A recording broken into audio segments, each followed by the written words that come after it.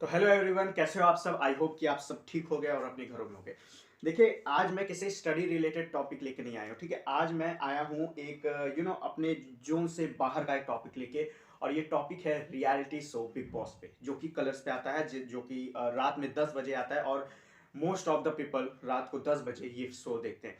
देखो, एक्चुअली मेरा कोई मकसद नहीं था इस पे वीडियो एंड ऑल बनाने का, बट मैं देख रहा हूँ, काफ़ी दिनों से मैं देख रहा था। मतलब मैं इसको 2 महीने से ऑब्जर्व कर रहा था कि मैं जहां पे भी बैठूं तो लोग आजकल पॉलिटिक्स की इतनी बातें नहीं कर रहे हैं, लोग आजकल धर्म की इतनी बातें नहीं कर रहे हैं जितना लोग बिग बॉस की बातें कर रहे हैं कि तुम्हारा फेवरेट कौन है, इसको ऐसे गेम खेलना चाहिए, इसको ऐसे। तो मुझे लगा यार, एक बार इसको मैं देखना चाहिए मुझे भी, और इस पे एक वीडियो बनाना चाहिए, इस पे लोगों को समझाना चाहिए कि क्या क्या नजरिया। क्योंकि और जब मैं बिग बॉस देखना स्टार्ट किया तो उसके बाद मुझे पता चला कि यार, मतलब जरूरत थी मुझे बिग बॉस देखने की, क्योंकि बहुत सारे ऐसे लोग हैं जो अजीबो गरीब लोगों के फैन होते जा रहे हैं। मतलब इनका ये है कौन, मतलब कि ऐसे लोगों को पहले बिग बॉस में लाया कौन, मुझे ये नहीं समझ में आ रहा। ठीक है, चलिए, अगर लाया भी लाया तो आज के जो हमारे युवा हैं, आज के जो हमारे यंगस्टर हैं, वो ऐसे ऐसे लोगों से इन्फ्लुएंस हो रहे हैं और ऐसे ऐसे लोगों को अपना सुपर हीरो मान रहे हैं। तो आइए हम समझते हैं कि कौन कैसा है, और हम सबके गेम प्लान के बारे में बताते हैं। और फिर मैं आपको अपने रिव्यू से ये भी बताता हूँ कि मुझे क्या लगता है कि मतलब मैंने जितना देखा, मैं जैसे कि आपको बताऊं तो 15-20 दिन से फॉलो कर रहा हूँ बिग बॉस। तो मैंने 20 दिन में क्या चीज़ें देखी और मुझे क्या लगता है कि कौन विनर बनेगा, किसकी गेम्स कैसे हैं, और भी बहुत सारी चीज़ें हैं। जैसे कुछ लोग हैं जो अपना प्रोस्पेक्टिव, अपना एजेंडा लोगों के अपने थ्रू जो है ऑल ओवर द इंडिया में फैलाना चाह रहे हैं, स्प्रेड करना चाह रहे हैं। तो वो सब चीज़ के बारे में बातें की जाएंगी। So let's start the video. तो देखिए, पहले मैं आपको बिग बॉस का थोड़ा स्ट्रक्चर बता देता हूँ कि बिग बॉस में क्या होता है। कंटेस्टेंट बुलाए जाते हैं, फिर उन कंटेस्टेंट से टास्क कराए जाते हैं। वो कंटेस्टेंट आपस में फाइट करते हैं, झगड़े करते हैं, लड़ाई करते हैं, और वही सारी चीज़ें हमें एज ए एंटरटेनमेंट के रूप में हम व्यूवर्स को दिखाई जाती है, और हम वही चीज़ें देख के इंजॉय करते हैं। जिसका जितना बड़ा फाइट होता है उस बिग बॉस में, उसका जो है ज़्यादा चांसेस रहता है बिग बॉस जीतने का। साथ ही साथ उसमें टास्क दिए जाते हैं, टास्क के साथ उसमें ये भी देखा जाता है कि आपकी फिजिकल जो है परफॉर्मेंस से ज़्यादा मेंटल परफॉर्मेंस पे भी ध्यान दिया जाता है कि आप फिजिकली कितना स्ट्रांग हो, मेंटली कितना स्ट्रांग हो। तो इन शॉर्ट, आपकी जो रियलिटी है, देखिए, जो सेलिब्रिटी या फिर जो हम लोग डेली सोप में जो भी एक्टर या एक्ट्रेसेस को देखते हैं, तो उनका सिर्फ और सिर्फ हम रील्स लाइव देखते हैं। बट उनका रियल लाइफ हमें कहाँ देखने को मिलता है, तो बिग बॉस में देखने को मिलता है। तो बिग बॉस आप कह सकते हो एक ऐसा प्लेटफॉर्म है जहाँ पे लोगों की रियलिटी दिखाई जाती है। तो अभी बिग बॉस की बात करें तो बिग बॉस में कौन कौन है, मैं पहले सबसे पहले आपको नाम बता देता हूँ कि बिग बॉस में कौन कौन है। तो सबसे पहले नंबर पे आती है सिंबुल। जी हाँ, ये बिग बॉस में है, आपको दिखती नहीं है वो अलग चीज़ है, लेकिन ये बिग बॉस में है। सेकंड पे आती है निमृत। फिर आते हैं हमारे थर्ड पे एमसी स्टैन, जिनके बारे में बहुत कुछ मुझे बोलना है और लोगों को भी बहुत कुछ समझाना है। फिर चौथे पे आते हैं हमारे शिव ठाकरे। फिर आते हैं हमारे प्रियंका चहर चौधरी, एंड लास्ट हमारी आती हैं अर्चना।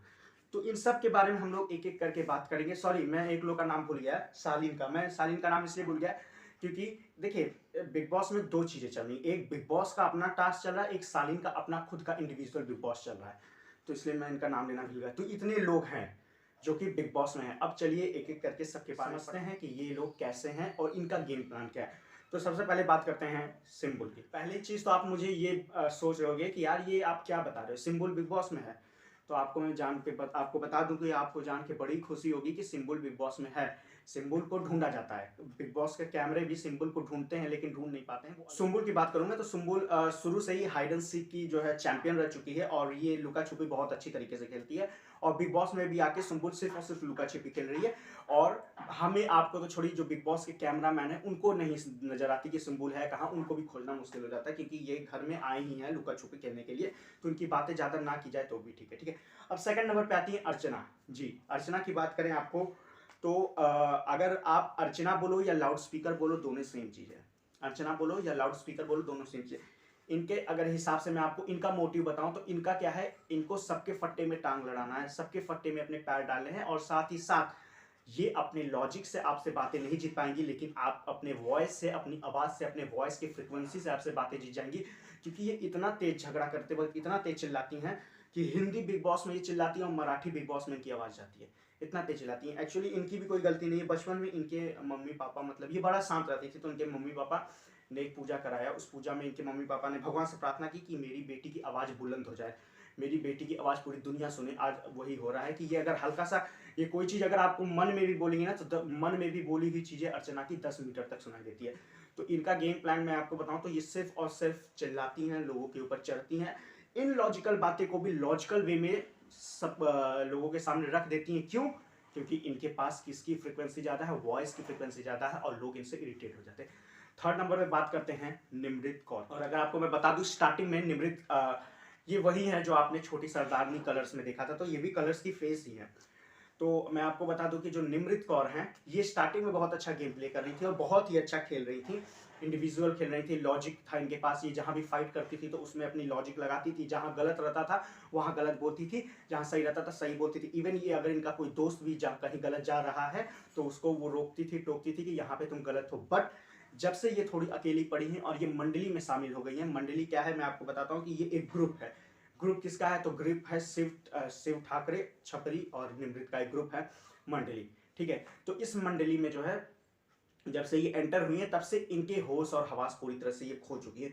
मतलब इतना लॉजिक के साथ खेलने वाली ये बंदी आज इतनी इनलॉजिकल हो गई है, इतनी इनलॉजिकल हो गई है कि इसके घर वाले भी एक बार कंफ्यूज हो जाएंगे कि यार ये मेरी ही निमृत है ना, ये वही मेरी निमृत कौर है ना जो छोटी सरदारनी में एक्ट की थी, ये मेरी वही निमृत कौर है ना जिसके नाम के बाद मैंने कौर ऐड किया था। कौर मतलब होता है शेरनी। और आज ये क्या हो गई है? तो आज ये भीगी बिल्ली की तरह सिर्फ और सिर्फ मंडली में घूम रही है। तो होता है कभी कभी वो बोलते हैं ना संगत का असर। संगत मतलब होता है, देखो संगति मतलब होता है संघ, संघ गति। तो आपके साथ वाला जैसी गति रहेगा सेम आप भी एक टाइम पे आके वैसी गति आपकी भी हो जाएगी। तो ये रह भी रही है शिव ठाकरे और छपरी के साथ, तो जाहिर सी बात है जो इनकी सोच है, इनकी थॉट प्रोसेस है, वो भी हो जाएगी इन दोनों के साथ। और वही हुआ। निमृत जो कि स्टार्टिंग में अच्छा गेम खेल रही थी, आज वही निमृत जो है पता नहीं कहाँ खो गई है। वही निमृत आज इलॉजिकल बात पे लड़ रही है। प्रार्थना करना चाहते हैं ऊपर वाले से कि जैसे पहले निमृत है वैसे ही निमृत हो जाए, वरना आपसे जो पता है निमृत से जो ट्रॉफी है ना बहुत बहुत बहुत ज्यादा दूर होती जा रही है। अब बात करते हैं हमारे अगले शिव ठाकरे की। तो इनके बारे में मैं आपको बताऊं तो ये रोडीज में थे, फिर ये शायद बिग बॉस मराठी भी जीत चुके हैं, फिर अब ये यहाँ है। तो अगर इनके अब लाइफ की बात करो तो भाई लाइफ में ये बंदा बहुत स्ट्रगल किया है। लाइफ में बंदा बहुत स्ट्रगल किया है। मतलब यहाँ से जो बोलते हैं ना कि फर्श से अर्श तक चढ़ा है, तो अगर आप इनकी कहानी पढ़ो तो आपको बिल्कुल वही चीज़ लगेगा कि ये बंदा फर्श से अर्श पे आया है, बड़ी मेहनत किया, बहुत सब कुछ किया है। बट मैं आपको पहली चीज़ एक चीज़ बताना चाहता हूँ, शिव ठाकरे बिग बॉस में आया है, उसको अपना गेम खेलना है। देखिए मराठी में वो जीते, कैसे जीते अब कोई देखा नहीं, उतना वो फेमस नहीं थे। फेमस कब हुए? जब वो बिग बॉस हिंदी में आए। तो बिग बॉस हिंदी में वो आए, वो फेमस हुए, उनका मैंने गेम प्लान भी देखा, तो वो गेम प्लान उनका ठीक है। उनके में दो सबसे बड़ी आदत है जो कि है खराब। पहली कि वो बड़ा कंफ्यूज रहते हैं, मतलब जैसे आप बोल सकते हो ना कि भोंदा इंसान, डम माइंडेड पूरी तरह लगते हैं। उनको कोई भी अपने बातों में जल्दी से फुसला सकता, पिघला सकता, बहला सकता, और खासकर अगर वो उनका दोस्त हो तो वो तो कुछ ही बातों में उनको पिघला देगा। सेकंड चीज क्या है कि उनको भूलने की बड़ी बीमारी है। अगर आप कह दो कि उनको 2 दिन के बाद, 2 दिन पहले क्या चीजें हुई थी, तो उनको वो 2 दिन पहले की चीजें भी उनको याद नहीं रहेगी, उनको इतना ज्यादा भूलने की बीमारी है। तो ये सब चीजें से उनके गेम पे इम्पैक्ट पड़ता है, उनके गेम पे ये सब चीज़ें प्रभाव देती हैं। आपको बताऊं तो हर टास्क शिव ठाकरे बहुत ही बेहतरीन तरीके से खेलता है, अपना दिमाग लगाता है, अपना फिजिकल स्ट्रेंथ, हर चीज़ लगाता है। लेकिन वही है कि लोगों के इन्फ्लुएंस पे इतना जल्दी आ जाता है कि गलत चीज़ों को भी सही मान के लोगों के सामने गलत प्रूफ हो जाता है। तो ये शिव ठाकरे। और थर्ड चीज़ ये भी है कि मैं फिर से आपको बताता हूँ कि संगति का असर होता है। तो शिव ठाकरे भी हमारे छपरी भैया के साथ इस समय मिल चुके हैं, तो आजकल ये भी कुछ नहीं तो ब्रो, अरे चलता है ना ब्रो, क्या ब्रो, वो ब्रो। तो पहले ऐसे ऐसे शब्द इनके मुंह से नहीं देखे सुने जाते थे, बट अब सुने जा रहे हैं। इसका साफ साफ ये देखिए, ये कहना गलत नहीं है, बट अचानक आप कोई चीज़ नहीं कर रहे हो फिर वो करने लगो, तो ये साफ साफ लग जाता है ना कि आप किसी के इन्फ्लुएंस में हैं। आप किसके इन्फ्लुएंस में हैं? तो आप ये छपरी भैया के इन्फ्लुएंस में हैं, और आपको लगता है कि ये छपरी भैया महान है, ये छपरी भैया जो कर रहे हैं बहुत अच्छा कर रहे हैं, और मैं अगर इनकी तरह करूंगा तो भाई मैं लाइमलाइट में बना रहूंगा। पता नहीं कुछ लोग हैं, अभी कुछ लोग ऐसे भी हैं जो कहते हैं कि ये छपरी से कोई लड़ना नहीं चाहता क्योंकि ये छपरी के पीछे उनकी गैंग है, कोई लड़ता है तो उनके घर में चल जाते हैं। अरे भाई साहब ऐसा कुछ नहीं होता, समझ में आया? ऐसा कुछ नहीं होता है। ये छपरी के गैंग है, छपरी के गैंग छपरी की तरह होते हैं। देखो किसी छपरी से मुंह लगना वो अलग चीज़ है। आप जो है अपने घर के बाहर निकलोगे, मोहल्ले में 10 छपरी घूमते हैं, क्या आप 10 छपरी से मुंह लगोगे? नहीं लगोगे। तो ये कहना कि हम डर गए और मुंह नहीं लगना, ये दोनों में बड़ा डिफरेंस है। इस चीज़ को आप लोग समझिए। एक होता है कि हम डर गए और एक होता है कि यार हमें मुंह ही नहीं लगना, ऐसे लोग से क्यों मुंह लगना है। तो वो चीज़, तो कोई किसी से डरा नहीं है। अब हम बात करते हैं मेरे फेवरेट कंटेस्टेंट हमारे छपरी भैया की। तो पहली चीज़ तो ये इनका नाम भी स्टार्ट होता है छपरी से, MC stand. MC stand for MC stand, ठीक है, छोड़िए उसको स्टैन मत करिए, बस एमसी स्टैन इनका नाम है। तो ये भाई साहब गाना लिखते हैं, ये रैपर हैं। ऐसा इनका एक बार वो भी हुआ था, शो भी हुआ था जब 1 जनवरी था, तो इनका एक कॉन्सर्ट भी हुआ था। उस कॉन्सर्ट में इन्होंने गाया, पता नहीं क्या गाया, आई थिंक किसी को नहीं समझ में आएगा, बट फिर भी हम तो फ़ैन हैं किसके, हम छोकरी भैया के फ़ैन हैं। क्यों? गाना नहीं समझ में अलग चीज़ है, हम फ़ैन हैं। बीटीएस गाना गाते हैं, बीटीएस के गाने हमें समझ में नहीं आते हैं, बट हम तो फ़ैन हैं। बीटीएस के गाने हमें समझ में नहीं आएंगे, लेकिन हम फ़ैन हैं बीटीएस के। छपरी भैया के गाने हमें समझ में नहीं आएंगे, हम फ़ैन। और इनके बाल देखिए, अगर ऐसे बाल लेके आप कॉलेज वगैरह में जाएंगे तो क्या होगा? अगर आप कॉलेज छोड़िए, ऐसे बाल लेके आप सड़क पे घूमिए तो पुलिस सबसे पहले आपको ड्रंक एंड ड्राइव केस में पकड़ लेगी। ये ऐसे बाल रखे हैं इनको, अगर आप देखो तो, अगर आप इनको उल्टा कर दो तो ये आपको ये झाड़ू नहीं लगते, वो सीक वाले झाड़ू नहीं लगते इनके बाल।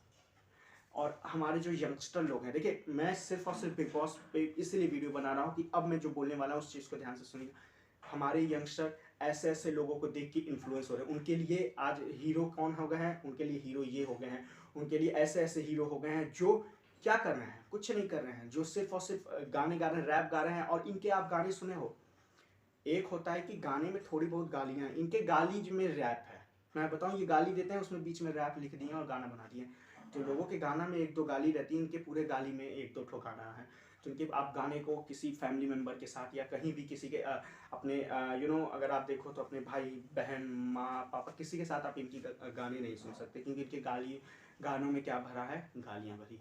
और ऐसे लोगों को हमारे आज के यंगस्टर पसंद कर रहे हैं, ऐसे लोगों के पोस्चर को अपने में अडॉप्ट करने की कोशिश कर रहे हैं, ऐसे लोगों पे को फॉलो कर रहे हैं। तो मैं यही बस बोलना चाहूँगा कि अपने हीरो को, अपने सुपर हीरो को सोच समझ के चुनिए, क्योंकि ये आपके हीरो नहीं है। और अगर आप ये आपके हीरो हैं तो गारंटी मानिए, ये तो मान लीजिए कुछ थोड़ा बहुत गा पी के थोड़ा बहुत नाम वाम रोशन कर लिए, फ्रेम रेट पा लिए, आप लोग कुछ नहीं कर पाओगे ज़िंदगी में। बस ऐसे बड़े बड़े बाल लेके अगले दिन आप लोग रिक्शा चलाओगे या फिर जो है कहीं पे जाके सब्जी बेचोगे, इससे ज़्यादा आप लोग कुछ कर भी नहीं पाओगे। क्योंकि जब आप लोग के ऐसे ऐसे लोग हैं, आप लोग ऐसे ऐसे लोगों से इन्फ्लुएंस हो रहे हो, तो हम आगे क्या ही बोले। तो ये भाई साहब है, इनका गेम कुछ नहीं है, इनका गेम सिर्फ है 2-4 वर्ड यूज़ कर लिए, सेमड़ी, ब्रो, हटना और माँ कसम। तो बस इसके अलावा इनका कोई गेम नहीं है। और इनको सिर्फ और सिर्फ रखा इसलिए गया है क्योंकि देखिए, बिग बॉस में हमेशा लड़ाई चलेगी, तो कोई हंसाने के लिए भी रहना चाहिए ना, तो जोकर, एज ए जोकर इनको रखा गया है। अब बात करते हैं नेक्स्ट हम लोग सालीन की। तो सालीन की आपको बताएं तो सालीन पहले, सबसे पहले टीना के साथ थे, तो इनका अपना जो है बिग बॉस चल रहा था। धीरे धीरे टीना इनको धोखा दी, जो भी हुआ पता नहीं, ये लोग रियलिटी है या गेम के लिए कर रहे हैं, 99% गेम के लिए है जो भी है। तो ये सब चीज़ें हुआ, अब टीना चली गई हैं, तो ये सालीन भैया का अपना बिग बॉस चल रहा है। सालीन भैया का अपना बिग बॉस, लोग क्या कर रहे हैं, बिग बॉस में लड़ रहे हैं रोटियों के लिए, सब्जी के लिए, लोग बिग बॉस में लड़ रहे हैं अपने हक के लिए। लोग बिग बॉस में टास्क कंप्लीट कर रहे हैं ताकि उनको इम्यूनिटी चाहिए, वो जीते, वो टिकट तो फिनाले पाए। लेकिन ये भाई साहब का अपना गेम चल रहा है, ये बिग बॉस में अपना अलग इंडिविजुअल बिग बॉस चालू किए हैं। इनको क्या है, कोई वहां लड़ रहा है तो ये क्या करेंगे, उस चीज़ का लाइव टेलीकास्ट दूसरे कैमरे में आके देंगे कि अब ये लोग आपस में लड़ रहे हैं, अब ये लोग ऐसे करें। मतलब कि मुझे ऐसा, इतना तो कंटेस्टेंट आपस में बात नहीं किए होंगे बिग बॉस में जितना सालीन खुद से बात कर लिया है बिग बॉस में। तो ये पता है, ये सिर्फ और सिर्फ क्या है, वोटिंग स्टंट है, ताकि हमें वोट मिले, ताकि हम, पब्लिसिटी स्टंट है, ताकि पब्लिक हमें देखे, वोट करे। और पब्लिक यार इतनी तो समझदार है, नहीं नहीं, कुछ कुछ पब्लिक नहीं है, क्योंकि कुछ पब्लिक समझदार रहती तो इनको फॉलो नहीं करती। बट हाँ, मैक्सिमम पब्लिक समझदार है और उनको पता है कौन सही है और कौन फेक है, ठीक है। तो अब बात करते हैं प्रियंका चहर चौधरी की। आपने स्टार्टिंग से अगर इनका गेम देखा होगा, तो मैं स्टार्टिंग से नहीं देखा हूँ, मैं 1 महीने या फिर 1 महीने से कुछ ज़्यादा से इनका गेम देख रहा हूँ। तो पहली चीज़ मुझे इनके में जो एक खासियत ये लगी कि ये बोल्ड नेचर की हैं, ये अपनी बातों पे हमेशा खड़ी रहती हैं। अगर इनको कोई चीज़ लगता है गलत है, सो वो गलत है, चाहे सामने कोई भी हो, डजेंट मैटर। तो इनका ये जो बोल्डनेस है ना, ये लोगों को ज़्यादा जो है अट्रैक्ट कर रहा है। इनका जो बोल्डनेस, इनका बात करने का तरीका, जो लॉजिकल वे में लोगों से लड़ती हैं। आप ध्यान दे दो कि कोई भी प्रियंका चहर चौधरी से लड़ना नहीं चाहता, फाइट नहीं करना चाहता। क्यों नहीं करना चाहता? वो इसलिए नहीं करना चाहता क्योंकि ये लॉजिकल वे में बातें करती हैं, और कहीं पे भी अगर आप लॉजिकल वे में बातें करोगे तो कोई आपके मुंह नहीं लगेगा, आपसे नहीं लड़ेगा, सिर्फ यही कहेगा कि भैया ठीक है, तुम शांत रहो, तुम जीते हमारे। क्यों? क्योंकि आप लॉजिकल वे में बात कर रहे हो और उसके पास इतनी लॉजिक है नहीं कि वो आपकी बातें समझ जाए। तो प्रियंका चौधरी का ये बात मुझे अच्छी लगी। प्रियंका चौधरी कभी कभी कुछ बहक जाती है, वो बहक इसलिए जाती है अपने दोस्तों के लिए। दोस्त कभी कभी होते हैं उसके, कुछ गलत कर देते हैं, तो अपने दोस्त को प्रिटेंड करने के लिए, अपने दोस्त को थोड़ा सा कवर करने के लिए वो थोड़ी बहुत गलत जगह चली जाती है। बट ओवरऑल देखा जाए तो प्रियंका चौधरी का जो गेम प्लान है, जो चीज़ें हैं, बहुत अच्छा। और फिर मैं उनके बारे में और भी पढ़ रहा था, तो सलमान खान से लेके हर कोई उनसे खुश है। देखिए कुछ लोगों का ये कहना है कि प्रियंका चहर चौधरी कलर्स की फेस है, इसलिए उनको बिग बॉस वाले जितवाना चाहते हैं, इसलिए लोग उनको अप्रिसिएट करते हैं। तो ये जो हमारी ये निमृत कौर जी हैं, ये भी तो कलर्स की फेस है। छोटी सरदारनी कितना बड़ा हिट शो चला था, तो ये कलर्स की फेस है, इनको भी तो जितवाना चाहिए, इनको क्यों नहीं जितवा रही है? तो ऐसा नहीं है, जो लोगों के अंदर मेंटालिटी बैठ जाती है ना, क्योंकि देखिए इससे क्या हुआ था, रूबीना जीती थी, कलर्स की थी। उससे पहले सिद्धार्थ शुक्ला की जीते थे, वो भी कलर्स के थे। तो ऐसा लोगों के अंदर मेंटालिटी बैठ गया कि कलर्स के फेस को जिताया जाता है, जबकि ऐसा बिल्कुल भी नहीं है। आप अगर गेम नहीं खेलोगे तो क्या हम कलर्स के फेस को जिताएंगे? हैं? आप ही बताओ ना। ये निमृत कौर भी तो कलर्स की हैं, इनको भी तो जिताइए। प्रियंका को क्यों जिता रहे हैं? इनको भी जिताइए, इनको भी लोगों के सामने अप्रिसिएट करिए। ऐसा कुछ नहीं है, लोग अपने वो होता है ना, जब किसी के, देखिए एक होता है सपोर्टर, एक होता है अंधभक्त। जब आप किसी के अंधभक्त बन जाएंगे, अगर आप शिव ठाकरे के अंधभक्त बन जाएंगे तो बाकी सब आपको गलत लगेंगे। शिव ठाकरे अगर किसी को गाली भी देगा तो वो आपको सही लगेगा। अगर आप ये छपरी के अंधभक्त बन जाओगे तो आपको लगेगा कि यार इसका बाल कितना गजब है, ये कैसे बोलता है, गजब चलता है, तो आपको वो अच्छा लगने लगेगा। क्यों? क्योंकि आप उसके सपोर्टर नहीं हो, आप उसके अंधभक्त हो। तो इसलिए अंधभक्त बनने की कभी भी कोशिश ना किया जाए, सपोर्टर बनने की। और जो प्रियंका चहर का गेम है, जिस तरह से वो गेम खेल रही है, बहुत ही सही खेल रही है, बहुत ही बोल्ड तरीके से खेल रही है, लॉजिक वे में लोगों से बात करती हैं, लॉजिकली फाइट करती हैं। देखिए जब आप एक ही घर में रहोगे ना, तो जाहिर सी बात है लड़ाई होगी, झगड़े होंगे। बट एक लोग होते हैं कि अपने वो रियल फेस को छुपाना चाहते हैं कि नहीं नहीं यार, हम ज़्यादा नहीं लड़ेंगे, नहीं तो मेरा रियल फेस आ जाए। ऐसी प्रियंका नहीं है। प्रियंका जहाँ लड़ती हैं वहाँ बखूबी लड़ती हैं, और जहाँ वो शांत रहने की बात रहती है वहाँ शांत रहती है, जहाँ इमोशनल होने की बात होती है वहाँ इमोशनल भी हो जाती हैं। तो ये होता है रियलिटी शो, मतलब होता है आप अपनी रियल चीज़ें दिखाओ, ना कि आप वही चीज़ें दिखाओ जो आप बाहर से बोरो करके लाए कि नहीं मुझे यही यही चीज़ें दिखानी है। तो जीता वही है जो अपनी रियलिटी दिखाता है, जो अपने रियल लाइफ दिखाता है, अपने रियल पोस्चर दिखाता है, अपने रियल बातें दिखाता है, अपना रियल बिहेवियर दिखाता है। जीत उसी की होती है। और प्रियंका चहर चौधरी जिस तरह से खेल रही हैं, मुझे ऐसा लग रहा है कि बिग बॉस की विनर है प्रियंका चहर चौधरी। हो सकता है कोई और भी हो, बट मेरे हिसाब से तो ये है। और जो लोग ये कहते हैं कि वो कलर्स की फेस है इसलिए उनको जीत रही है, तो मेरे हिसाब से उनसे पहले कलर की फेस निमृत कौर थी, तो आपको निमृत कौर को। अब इन्हीं बातों से हम वीडियो को अपने एंड करते हैं। और फिर लास्ट में बस मेरा वीडियो बनाने का यही मकसद है कि आप अपने सुपर हीरो को ध्यान से चुनिए, क्योंकि आपके सुपर हीरो ऐसे लोग नहीं हैं, आपके सुपर हीरो ऐसे लोग नहीं है जो क्या कर रहे हैं, कुछ नहीं कर रहे हैं। और अगर आप इनकी तरह रहोगे, इनकी तरफ इनको फॉलो करने की कोशिश करोगे, तो ये तो ऊपर निकल गए, लेकिन आप नहीं। तो चलिए अब मिलते हैं एक नेक्स्ट वीडियो में एक नए नॉलेजेबल फैक्ट के साथ। तब तक आप लोग अपने घर पे रहिए, बिग बॉस देखते रहिए, फिनाले देखिए। मेरे हिसाब से लगता है कि प्रियंका चहर चौधरी जीतेगी। आपके हिसाब से क्या लगता है? कमेंट बॉक्स में अपनी राय दीजिए, और फिर हम लोग मिलते हैं एक नए फैक्ट के साथ एक नए वीडियो में। तब तक do very good, take care of yourself. Thank you.